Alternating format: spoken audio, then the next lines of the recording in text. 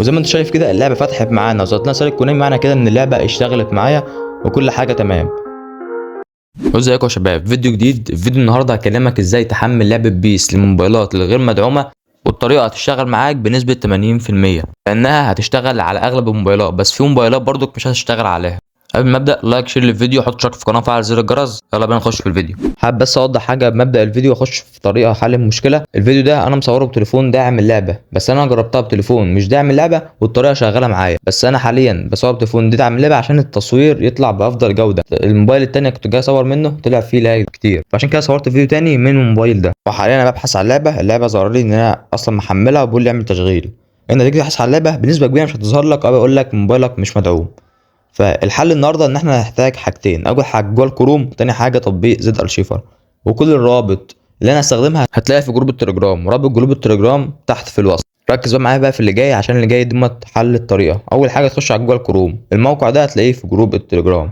كل اللي عليك تخش على الموقع ده. الموقع ده صراحه هو موقع عجبني، فيه كل الحاجات اللي انا احتاجها، فعشان كده هسيب لك الرابط بتاعه في جروب التليجرام. ما انت شايف هنا بيقول لي الاصدار دي فعلا احدث اصدار من اللعبه اللي هو 8.3.1. اللعبه فعلا مساحتها 2 جيجا ونص. دي المطلوب.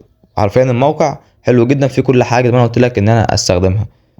هنا بقى بنمسح كده شويه في الموقع، بيقول لي تحميل ملف الاي بي كي وتحميل ملف الاو بي وتحميل الباتش اللي هو بتاع الانتقالات. ديت الثلاث ملفات اللي احنا هنحتاجها. تحتاج تحمل الثلاث ملفات دول. ازاي تحمل ملفات؟ تضغط على الحاجه اللي تحتها. تحت اول حاجه تحمل ملف الاي بي كي وتعمل تنزيلها على اي حال.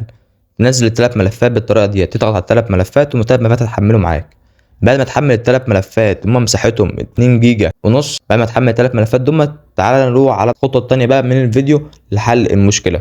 بعد ما تحمل الثلاث ملفات دمت، هو ملف الاي بي كي وملفين الاو بي، دمت الملفين اللي احنا هنحتاجهم للعبه. هم اصلا الملفين دمت اللي بيشغلوا اللعبه، اللي هم الاو بي، من غيرهم مش هتعرف تشغل اللعبه. انا شايف كده هروح امسح اللعبه من عندي، وعشان اعرف اشرح لكم كل حاجه بالتفصيل واوريكم ان اللعبه اصلا هتشتغل. ما انت شايف اروح على اول حاجه على ملف الاي بي كي، اضغط عليه ضغطه كده واعمل له تثبيت. ركز بقى معايا في الحته الجايه ديت. اما اللعبه تثبت معاك تعمل تام، بعدين تخرج من اللعبه او تخرج اسف بالتطبيق وتخش على اللعبه. وانت شايف اللعبه مش هتشتغل معاك وهتظهر لك الواجهه ديت.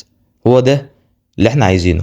بعد ما يظهر لك الواجهه ديت تخش على التطبيق زد ارشيفر تاني، وهتاخد ملفين الاو بي، الملفين اللي هم هيشغلوا اللعبه.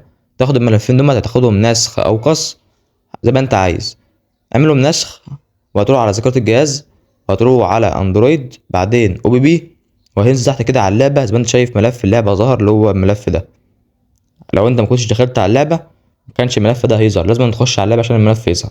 فانت شايف هتروح جوه وتلصق الملفات او تنسخ الملفات جوه مجلد الاو بي ده بتاع اللعبه، اللي هو المفروض اصلا اللي هيشغل اللعبه. لو انت وصلت لحد هنا انزل كده حط لايك للفيديو، وحط لنا كده اشتراك في القناه كده، يعني ايه قدر التعب اللي انا بجيبه لك وبفضل ادور على كل الطرق. لو انت عندك اي مشكله برضو اكتب لي في الكومنتات واجيب لك حل ليها، او تواصل معايا لسه رابط لسه تحت في صندوق الوصف. بعد ما مسخنا الملفات او نقلنا الملفات للمجلد، نيجي بقى للخطوه هل اللعبه هتشتغل ولا لا. ما انت شايف كده نخش على اللعبه وهنشوف هل اللعبه هتشتغل ولا لا.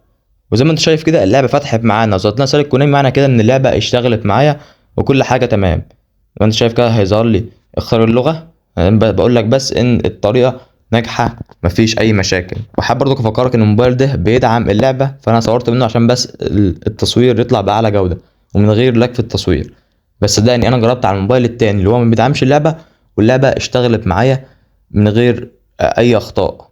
ما انت شايف كده بعدل الجرافيك وبنقل الحساب وكل حاجه شغاله. متنساش بقى لايك شير للفيديو، حط اشتراك في القناه وفعل زر الجرس. اشوفكم فيديو جاي بصحه وسلامه. سلام.